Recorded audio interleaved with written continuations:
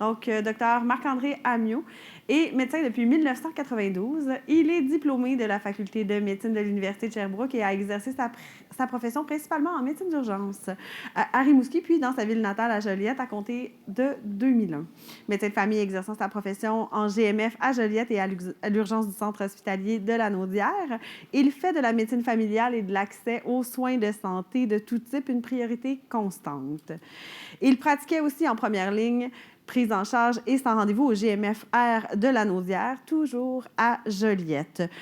Il est président de la Fédération des médecins omnipraticiens du Québec depuis le mois de janvier. Je vous le présente, le docteur Marc-André Ammiot. Merci. Alors, bonjour à tous. Merci. On m'a demandé de parler des perspectives d'avenir de la médecine familiale.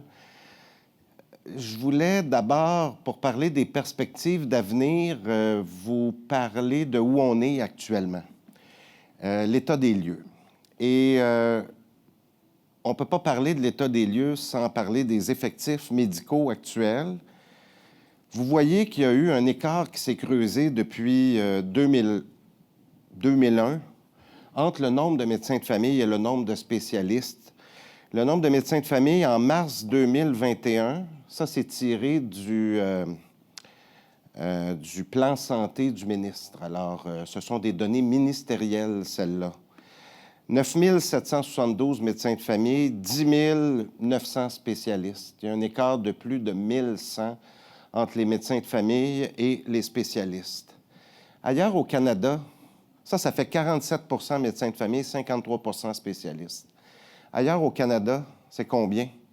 Le pourcentage de médecins de famille versus spécialistes? Dites un chiffre. 51 médecins de famille, 49 spécialistes. En Colombie-Britannique, c'est davantage, car 53 médecins de famille, 47 spécialistes. Et cet écart-là, il est très inquiétant, d'autant plus qu'on effectue une grande partie de nos activités en deuxième ligne. À tout le moins, on effectue davantage de deuxième ligne que partout ailleurs au Canada. Ce qui fait que ça laisse des forces pour la première ligne qui sont familiques. Si on utilise la force de frappe des médecins de famille en première ligne, au Québec, ça représente environ 78 médecins par 1000 de population, alors qu'ailleurs au Canada, on est à 95 médecins j'ai dit par 1000, mais c'est par 100 000 de population. C'était juste pour voir si vous écoutiez. Et en Colombie-Britannique, c'est 113 médecins de famille par 100 000 de population. Donc, juste avec ça, vous êtes en mesure d'apprécier que les effectifs en première ligne, c'est extrêmement difficile. Si on prenait... donc, je vous ai parlé également de la polyvalence. On effectue davantage de travail en deuxième ligne que partout ailleurs au Canada. Si on prend la moyenne canadienne, c'est autour de entre 22 et 23 %. Au Québec, on avait toujours dit autour de 40 %, c'est autour de 35-36 %, mais c'est quand même très important. Si on fait l'hypothèse de rehausser le nombre de médecins de famille seulement en première ligne pour s'occuper de la première ligne, ça prendrait 1455 médecins de famille seulement pour la première ligne. Et là, on ne compte pas les programmes spécifiques puis tout ce qui se fait en deuxième ligne et les besoins en deuxième ligne. Ça, c'est juste pour la première ligne. Là, vous allez me dire, il faut augmenter les cohortes en médecine. Vrai. Il faut augmenter les cohortes en médecine. Ça a déjà commencé. Cette année, on est à plus 50, autour de plus 50 admissions en médecine, 969. Et l'objectif, c'est 1050. Pourquoi on ne dit pas 1050 maintenant? Bien, le problème, c'est la capacité d'accueil des universités et surtout les milieux de stage. L'Université Laval est en train de développer un campus à Rimouski. Il y a différents campus qui ont été développés en Outaouais, Chicoutimi, ça fait longtemps, Lévis, Longueuil, associé à Sherbrooke, justement pour augmenter la capacité de stage des universités. Mais ce n'est pas tout. Ce n'est pas tout d'augmenter les admissions en médecine. Vous avez le graphique, là, ça a presque doublé les admissions en médecine depuis, je pense que c'est 2001 aussi. Mais ce n'est pas tout. Encore faut-il que les étudiants choisissent la médecine familiale. Et ça, c'est un enjeu majeur, c'est un enjeu extrêmement inquiétant. Et je vous dirais, je ne sais plus comment le dire, que c'est inquiétant. Je ne sais plus comment tirer la sonnette d'alarme là-dessus. On sent qu'il commence à avoir un éveil collectif, qui commence seulement. C'est ça qui est inquiétant. On a eu les chiffres hier pour 2022. C'était 90 postes de résidence au premier tour en médecine familiale qui avaient été non comblés. C'est 65 au deuxième tour. Mais 65, là, c'est 2 fois plus que tout le reste du Canada confondu pour les postes en médecine familiale. C'est 30 ou autour de 30 postes en médecine familiale non comblés. Partout ailleurs au Canada, nous, c'est 65.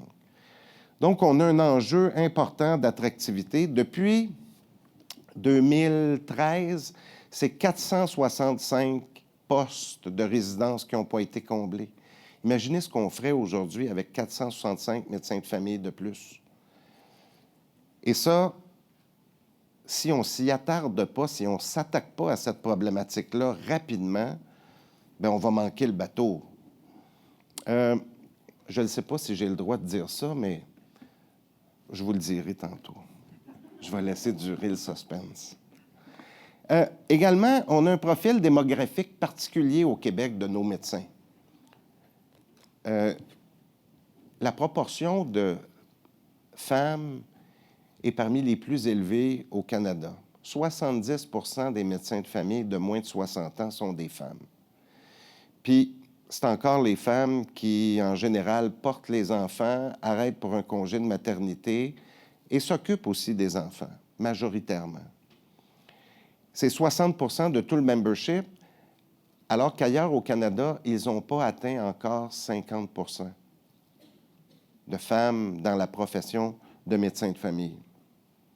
Donc ça aussi, ça ajoute à l'élément des effectifs disponibles sur le terrain pour offrir des services à la population. Les retraites. Le climat est difficile actuellement, on le sait. Quand on vous écoute, vous nous le dites. Quand on regarde les reportages, les médias, vous voyez, je pense que ça, c'est Marie-Ève Cousineau. Oui. C'est dans le Devoir. 25% des médecins de famille ont plus de 60 ans. Ça, c'est un quart des médecins de famille qui vont prendre leur retraite éventuellement. Puis je vois Michel Vachon qui est dans la salle. Il serait déçu que je ne dise pas qu'à Montréal, c'est plus que ça. C'est 33% des médecins de famille qui ont plus que 60 ans. Et en passant, Montréal se fait couper 30 prèmes l'année passée de façon tout à fait discrétionnaire ou de façon tout à fait arbitraire par le ministre. Un geste qui était absolument pas justifié par des données. Hein? Le ministre, là, il en veut des données. Hein, il aime ça, les données, il n'arrête pas de dire ça. Bien, le fait de couper 30 prèmes à Montréal, ça, c'était pas appuyé sur des données. Oui, c'était appuyé sur des données. Si vous regardez la couleur de la carte électorale, ça, c'était les données. Alors, c'est important de s'attarder aussi à ça. Ce sont des éléments qui sont extrêmement inquiétants. Puis ces médecins-là, qui ont plus que 60 ans, en général, ils ont à peu près 28 à 30 des inscrits en première ligne, puis 32 des patients vulnérables. Et ces patients-là, d'ici 5 à 10 ans, les médecins vont prendre leur retraite et ça risque d'être davantage difficile. On sait que c'est difficile. On a fait un sondage auprès des médecins de famille. Vous avez été 2240 à répondre à ce sondage-là. C'est significatif, ça. Ce sondage-là, il était organisé par 2 comités qu'on avait mis en place à la FMOQ, le comité sur le mieux-être des médecins puis le comité sur les difficultés de la pratique. Je vais vous donner certains éléments importants qui sont ressortis de ce sondage-là. 2240 réponses avec beaucoup de commentaires écrits. Il n'y avait pas seulement des questions à choix multiples. Il y avait beaucoup de commentaires écrits. Il y a eu 245 pages de commentaires. Pas 245 commentaires, 245 pages de commentaires qu'on a analysés, qu'on a regroupés. Et on a fait certains grands groupes, notamment tout le travail clérical. Là, on l'a documenté. Et ce travail-là, clérical que vous faites, ça impacte votre pratique. Je discutais avec des jeunes médecins, puis ils me disaient qu'ils étaient déçus de leur pratique médicale. Ça me faisait de la peine d'entendre ça. Mais la principale raison de leur déception était à l'effet que eux, ce qu'ils voulaient faire, c'est de la médecine et qu'à peu près 25 de leurs tâches étaient des tâches administratives, des téléphones pour essayer d'obtenir des rendez-vous pour des examens radiologiques pour leurs patients, un accès à des consultations spécialisées. J'y reviens. Donc, les tâches administratives, très important d'adresser cette problématique-là. Les difficultés de consultation avec les spécialistes, tant pour l'accès que pour la communication avec les spécialistes. 247 commentaires dans le sondage nous ont dit on ne reçoit pas la majorité du temps les rapports de consultation des spécialistes, puis si on les reçoit régulièrement, on n'est pas capable de les lire, ils ne sont pas lisibles. Donc, la communication est déficiente, puis en médecine, c'est un des éléments extrêmement importants. On parle d'interdisciplinarité avec d'autres professionnels, mais est-ce qu'on peut commencer par l'intradiscipline, à l'intérieur même de notre discipline, comment on peut mieux travailler ensemble et mieux communiquer, puis ça, toujours pour le patient, toujours pour les patients. Le CRDS. Vous voyez, là, les commentaires qu'on a eus, le monstre. C'est un irritant majeur. Il y en a même qui nous ont dit à éliminer, à abolir. Bon. Ça a quand même un effet positif, le CRDS. Avant, on disait qu'il n'y avait pas de problème d'accès en spécialité. Ça ne doit pas être vrai. Parce que maintenant, avec le CRDS, on documente qu'il y a des problèmes d'accès en spécialité. Avant, on ne le savait pas. Là, on le sait. Ce n'est pas le CRDS qui a empêché l'accès en spécialité, à moins que vous m'expliquiez bien comme il faut comment ça se fait que l'introduction du CRDS, ça a limité l'accès. Ce n'est pas le CRDS qui a limité l'accès. Ça a permis de documenter différentes problématiques. Je ne suis pas de l'avis qu'on devrait jeter le bébé avec l'eau du bain. Je ne suis pas d'avis qu'on devrait abolir le CRDS, mais je suis d'avis qu'on devrait s'y attarder rapidement pour améliorer la situation. C'est essentiel. Pourquoi j'ai mis un feu? Parce que la cabane brûle actuellement. Il faut trouver des solutions. Puis je vous disais, je ne sais plus comment le dire, ça fait pas longtemps que je suis président de la Fédération, mais avant que je sois président de la Fédération, j'étais premier vice-président, je le disais aussi. SOS. Je pense qu'il commence à avoir un éveil collectif de la part des partenaires, notamment notre principal partenaire, c'est le ministère de la Santé. Je pense qu'il commence à avoir un éveil des différents partenaires, puis je vois Dr Gaudreau qui est là. Le collège également fait partie des partenaires importants dans tout l'enjeu des effectifs médicaux, des retraites. On aura l'occasion d'échanger sur ce sujet-là. Donc, je vous ai parlé du comité sur les difficultés de la première ligne, le bien-être des médecins. Ces deux comités-là vont s'approprier ces données-là, les résultats de ce sondage-là, et vont nous faire des recommandations au conseil d'administration qu'on va essayer d'appliquer. Valorisation de la médecine familiale. On a aussi pris le leadership à la Fédération de former un comité. Je sais que Dr Barrett est ici. Il y a aussi un comité ministériel qui a été mis en place. On va collaborer avec le ministère, justement, pour tenter de voir comment on peut valoriser cette belle profession-là que j'ai exercée pendant des années et dont je suis profondément fier, puis je suis encore fier. Vous savez probablement, puis je fais une parenthèse, que je n'exerce plus la médecine.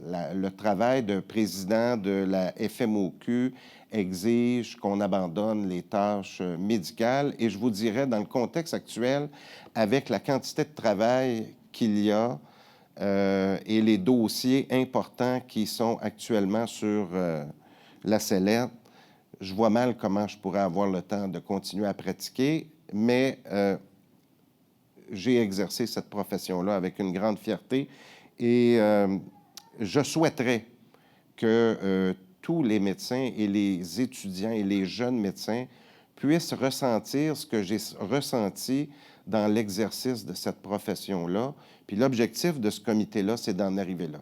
On peut avoir des hypothèses, puis on est ouvert à toutes les hypothèses. Vous avez vu la composition du comité. Je pense que l'important, comme en médecine, c'est de poser un bon diagnostic puis de poser un bon plan de traitement. On va écouter les étudiants, on va vous écouter pour voir qu'est-ce qui fait actuellement que la médecine familiale est tant boudée par les étudiants. Bon, on l'a vu, là, il y a toute la lourdeur administrative, il y a toutes les difficultés que vous vivez, mais on veut faire un diagnostic précis puis poser un plan de traitement réaliste. On ne peut pas, toute seule, adresser ces différentes problématiques-là. Il y a des interlocuteurs avec qui on devra discuter de ce plan de traitement-là, et le ministère en est un important. On s'est entendu, vous savez, il y a une entente de principe là, qui est sur la table actuellement, puis je vois certains d'entre vous qui avaient assisté à la tournée qu'on a débutée la semaine dernière pour expliquer cette entente de principe-là aux médecins de famille. Elle se poursuit la semaine prochaine, puis il y aura une consultation des membres sur cette entente de principe-là. Mais dans cette entente de principe-là, puis j'y reviendrai un petit peu après, il y a des éléments importants, il y a des engagements de la part du ministère pour débuter des grands chantiers sur l'optimisation, et ça, c'est les thèmes qui seront abordés. C'est ambitieux, c'est grand, mais je vous les partage parce que ça fait partie des différentes solutions qui sont mises sur la table. Donc, tout le volet de l'optimisation de la contribution des professionnels à la première ligne, la notion d'inscription de patients, la notion de prise en charge en établissement, la contribution des spécialistes en établissement dans cette prise en charge-là, les AMP, tout le modèle d'organisation de la première ligne. Puis la prise en charge, là, les jeunes nous disent, on a l'impression maintenant, prendre en charge un patient, c'est le mettre sur nos épaules puis le porter jusqu'à la fin de nos jours ou jusqu'à la fin de ses jours.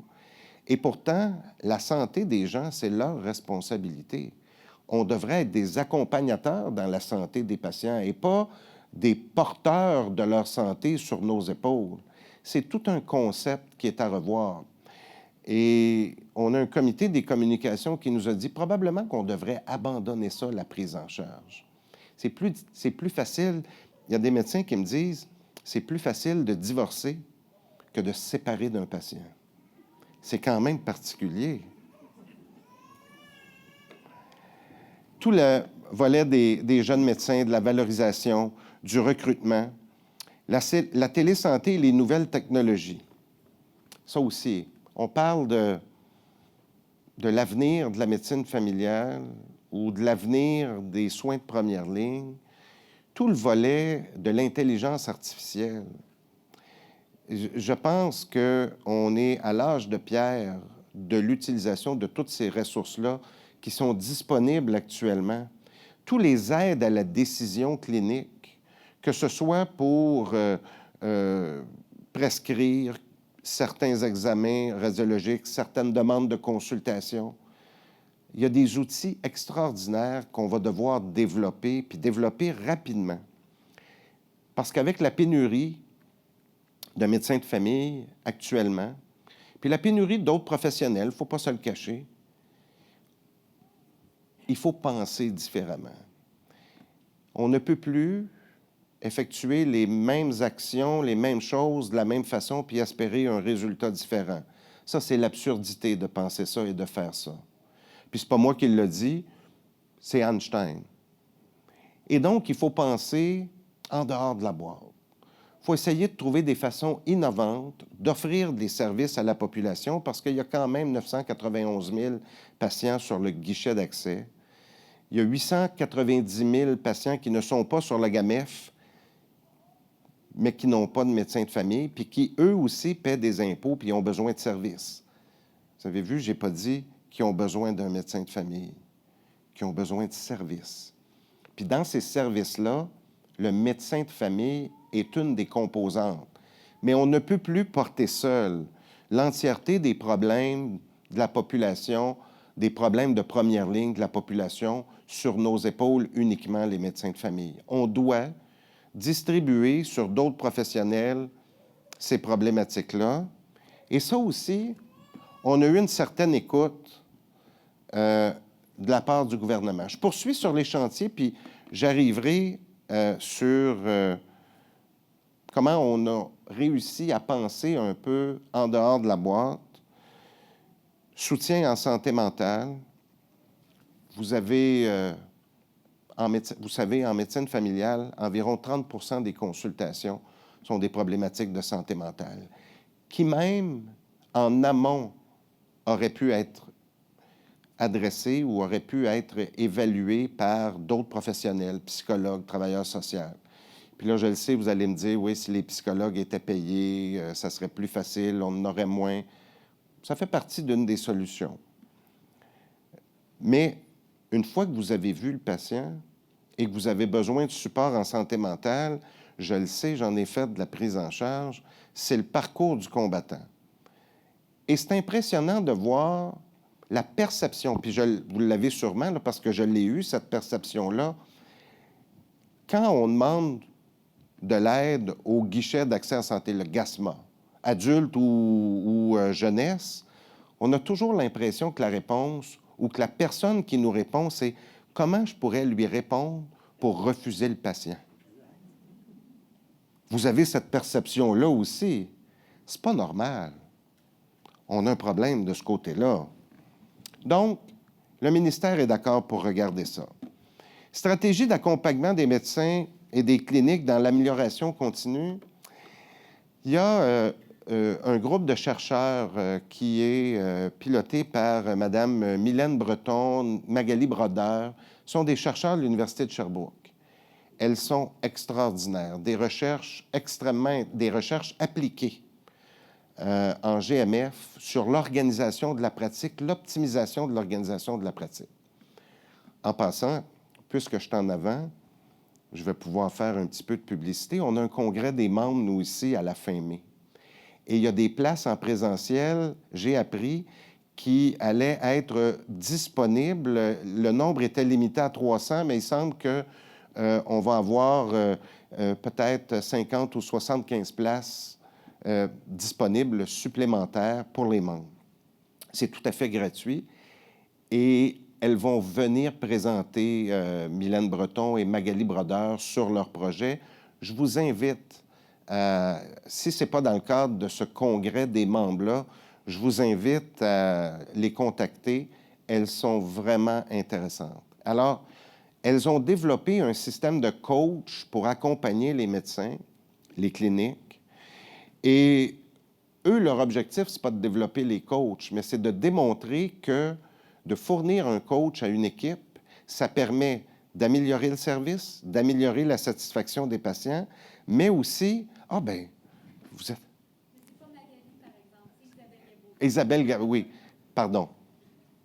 Mais, exactement. Ben alors, merci, elle est là. Donc, ils ont développé un système de coach, mais eux, leur objectif, c'est de démontrer un certain effet. Donc, c'est dans le cadre d'un projet de recherche, ce qui est excellent. Nous, ce qui nous intéresse, c'est le résultat. On est très intéressé par le résultat et par l'accompagnement et le développement de ces ressources-là pour les GMF. Le ministère aussi est disponible ou est intéressé à regarder ça avec nous. Donc, Comité sur l'avenir de la médecine familiale qui avait déjà remis son rapport avant la pandémie, qu'on va devoir rebrasser et retravailler définitivement à la lumière de 2 ans de pandémie et de difficultés supplémentaires qui se sont ajoutées. Donc, je vous disais, on ne peut plus faire les mêmes choses de la même façon et espérer un résultat différent. Il faut penser en dehors de la boîte. Qu'est-ce qu'on a pensé? Bien, d'abord, de répartir sur d'autres professionnels la pression qui était mise seulement sur les médecins de famille avant. Et ça, vous en avez entendu parler ce matin. Je pense que Dr. O'Patterney est venu vous parler du gap. Je ne m'allongerai pas là-dessus, mais ça, c'est un des éléments importants.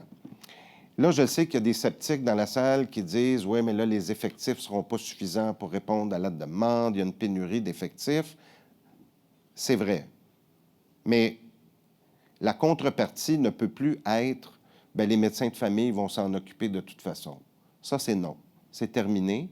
Je vous ai démontré que les effectifs ne permettent pas de s'occuper de tous les besoins en première ligne. Alors, la société québécoise a fait un choix de développer ces gaps-là, de les rendre fonctionnels. Et dans l'entente qu'on a conclue, dans l'entente de principe qu'on a conclue avec le gouvernement, on s'est bien assuré. Dans une entente, il y a 2 parties. Il y a les médecins de famille d'un côté, puis il y a le gouvernement de l'autre côté. Bien, chacun a des actions à poser. Pas seulement des engagements de la part des médecins de famille, des engagements aussi de la part du gouvernement.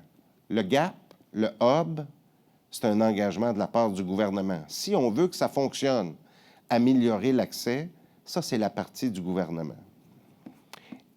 On nous dit au ministère qu'ils mettent beaucoup de pression sur les établissements. Je pense qu'il y a des établissements ici, j'en ai vu quelques-uns, je pense qu'ils sentent la pression du gouvernement et du ministère pour développer, déployer et les rendre pleinement fonctionnels pour offrir le service. L'inscription individuelle, ça, les médecins de famille nous ont dit non, ça, là, on n'est plus capable. N'en rajoutez plus, la coupe est pleine. On a compris le message, mais il fallait trouver une façon de pouvoir offrir des services à la population et faire partie de la solution. J'ai toujours dit, on n'est plus l'unique solution, mais on fait partie de la solution. Et pour faire partie de la solution, on a beau mettre un triage du gap, il reste quand même qu'il y a certains patients qui vont avoir besoin de vous, qui vont avoir besoin des médecins de famille. Et dans ce contexte-là, on a essayé de trouver un nouveau modèle d'organisation avec l'inscription collective où la responsabilité n'est plus assumée que par un seul médecin, mais par un groupe de médecins. Et je pousse même la réflexion plus loin. Claude Rivard, Dr. Rivard vous a parlé de la capitation ce matin. La capitation, c'est un modèle individuel, de capitation individuelle. Et en Ontario, c'est un modèle de capitation individuelle. Dans la majorité des pays dans le monde, c'est une capitation sur une base individuelle. On se pose la question, la réflexion est amorcée. Est-ce que ça pourrait exister une capitation sur une base collective, un groupe de docteurs inscrit, un groupe de patients, et est responsable d'un groupe de patients? 2, 3 docteurs pourraient s'occuper d'un certain nombre de patients.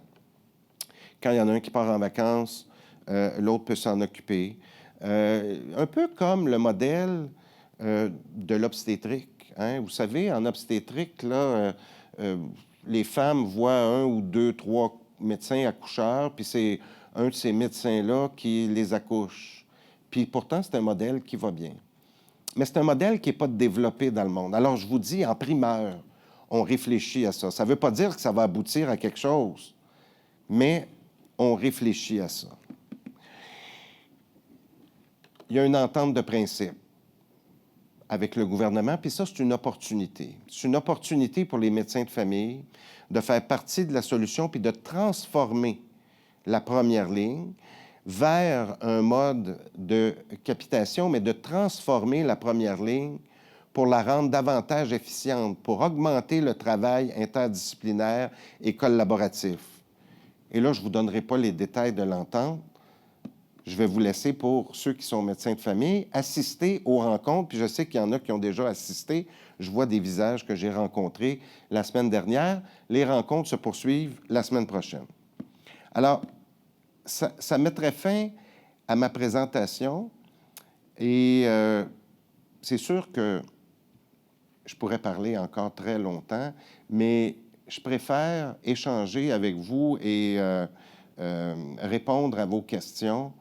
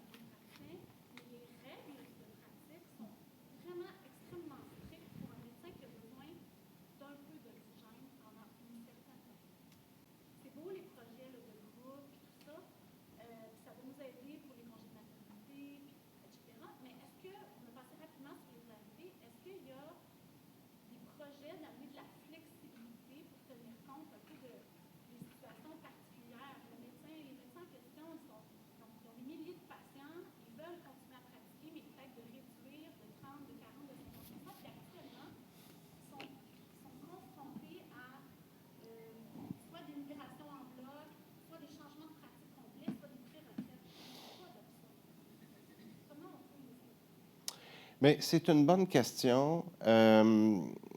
Il y a beaucoup dans votre question de règles déontologiques, puis je suis content que Dr Gaudreault soit là. Ça fait souvent l'objet d'échanges entre la FMOQ et le Collège des médecins. Il y a beaucoup la notion de règles déontologiques. Et l'autre élément, si on réussissait à combler nos postes, si on réussissait à augmenter le nombre de médecins de famille qui terminent à chaque année, ça donnerait de la possibilité pour ces médecins-là de transférer une partie de leur clientèle. Mais des solutions à court terme pour ces médecins-là, si vous avez des idées, là, transmettez-les-moi. Je suis très ouvert. Je comprends. Je suis très sensible à ça, là. Puis je suis très conscient. Ils nous appellent, ces médecins-là. Ils appellent au PAMQ, ils nous appellent, ils appellent au collège aussi. Il faut trouver une façon. Il faut trouver une façon d'aider ces médecins-là dans le contexte actuel. Hein? Puis, j'ai dit encore, on ne peut plus faire les mêmes choses de la même façon puis espérer un résultat différent. Donc, il faut être imaginatif. Il faut penser en dehors de la boîte. Pas toujours facile, mais si vous avez des idées, je suis preneur. Puis je suis sûr que Dr Gaudreault aussi est preneur. D'ailleurs, il y a eu des travaux qui ont été faits par le Collège des médecins. Il y a eu le rapport qui a été présenté. Vous avez présenté, Dr Gaudreault, ce matin. Il y a des travaux intéressants là. Mais ce n'est pas des changements qui sont applicables demain matin pour vos docteurs qui sont en souffrance maintenant. Vous vouliez intervenir à nouveau? Non? Il y avait une autre question. Ah, Oui, ici, allez-y, ici, madame. oups. Monsieur, pardon. Un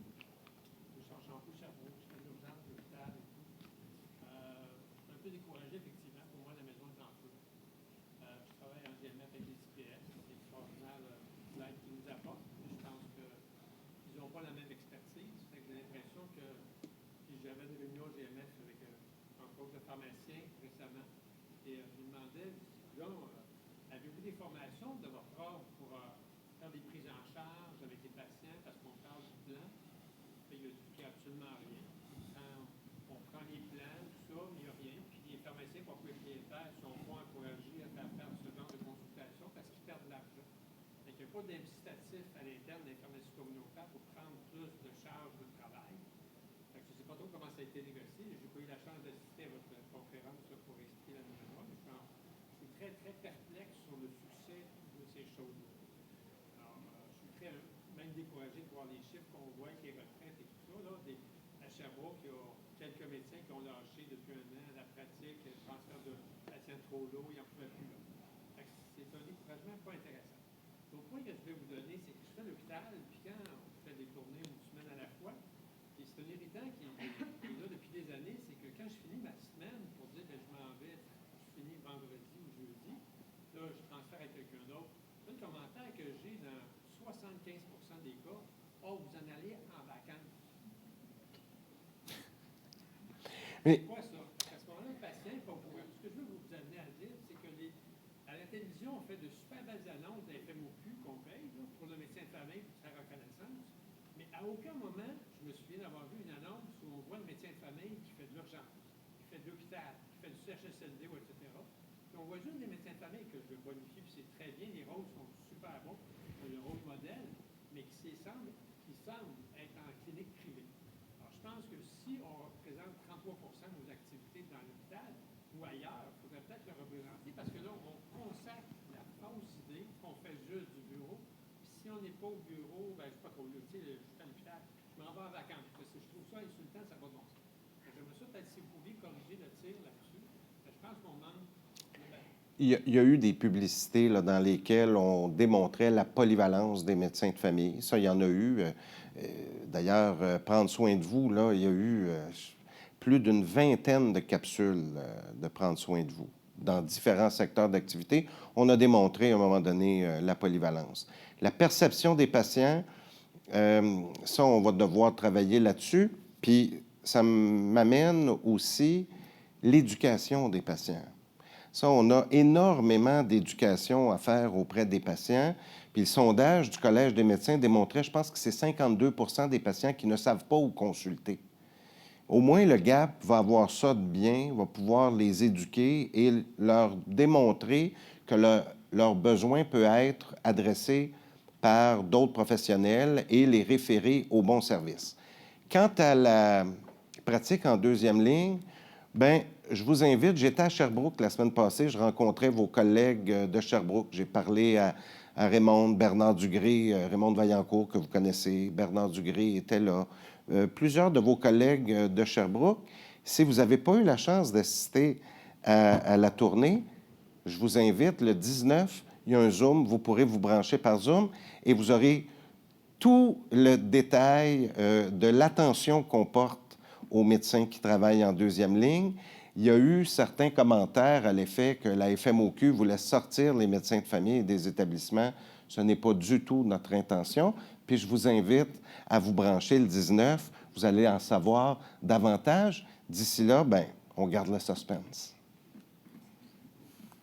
Est-ce qu'il y avait d'autres questions dans la salle? Oui? Docteur Guilbeault, Marcel.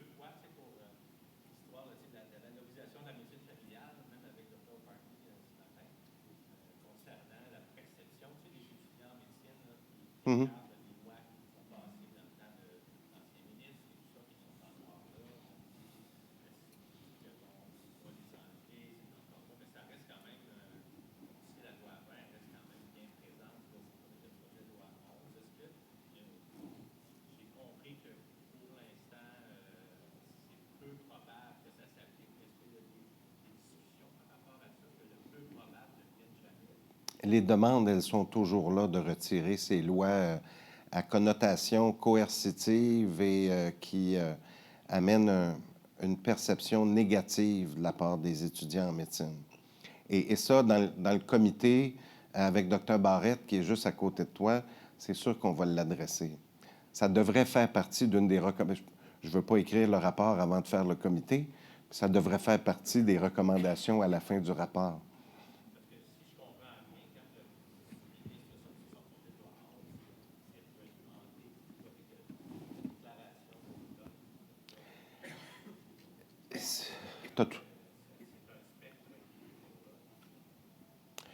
Tu as tout à fait raison. Je pense qu'avec cette entente de principe-là, cependant, on est entré dans une ère davantage de collaboration et je pense qu'on doit faire partie de la solution. Je reviens sur vos propos. Vous trouvez ça inquiétant. Moi aussi, je trouve ça inquiétant, mais je suis d'un naturel habituellement optimiste. Il y a des gens qui voient des problèmes à toutes les situations. Moi, j'essaie de voir des solutions. Et je le sais que c'est plus facile de voir des problèmes. C'est plus difficile de voir des solutions, mais j'ai toujours essayé d'être en mode solution et on va continuer d'essayer d'être en mode solution. Elles ne seront probablement pas parfaites, ces solutions-là, et je pense que des solutions de collaboration avec les partenaires, dont le ministère fait partie, sont beaucoup plus porteuses que des solutions unilatérales, des solutions avec un spectre ou un spectre coercitif ou pénalisant. D'ailleurs, je pense que le ministère a réalisé maintenant que la voie de la coercition amènerait davantage de problématiques et de désaffection des postes de résidence en médecine familiale par les étudiants. Donc, et de découragement de la part des médecins, davantage de retraite prématurée, davantage d'abandon de la pratique en cours de pratique. Donc, je pense que le ministère a bien pris conscience de la situation. On a présenté ces données-là. Ça, c'est un sommaire des données que je vous ai présentées.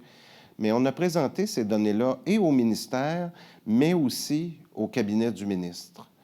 Je pense que ça a porté fruit et encore une fois, on a réussi à conclure une entente de principe qui sera soumise au vote, mais une entente de principe en mode collaboration dans laquelle il n'y a pas de pénalité, il n'y a pas de coercition et c'est sur une base volontaire.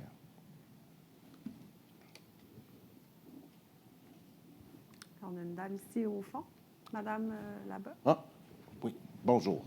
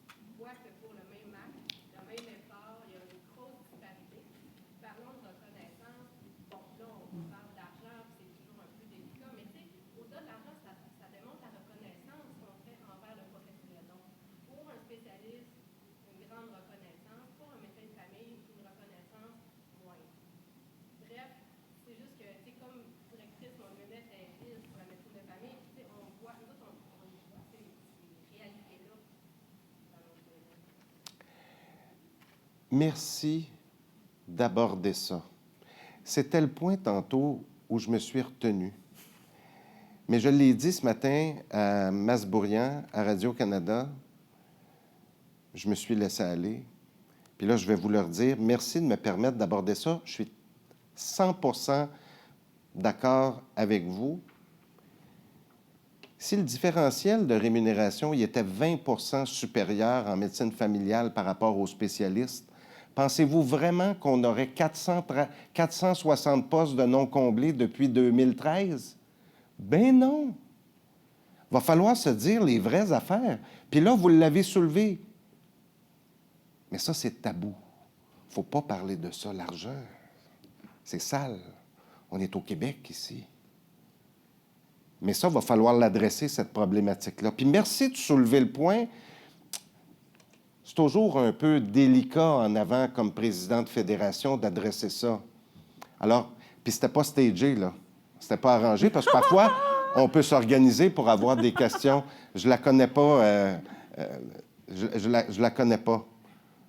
Mais vous avez tellement raison. Puis ça, il y a un énorme enjeu actuellement. Il y a un dossier important qu'on essaie de discuter avec le gouvernement. C'est justement ces écarts de rémunération-là. Puis vous le vivez en obstétrique. Les médecins d'urgence le vivent aussi. Il va falloir le mettre sur la table. Puis ça, là, même si c'est difficile, même si c'est tabou, même si c'est pas propre, va falloir en discuter. Puis ça, c'est certainement un enjeu. Merci de l'avoir soulevé, puis de m'avoir donné le guts d'aller au fond de ma pensée. Merci. On aurait du temps pour peut-être une dernière question. Déjà? Ben oui. Ça passe vite, hein? Ben en bonne oui. compagnie. On a une question ici, monsieur, oui.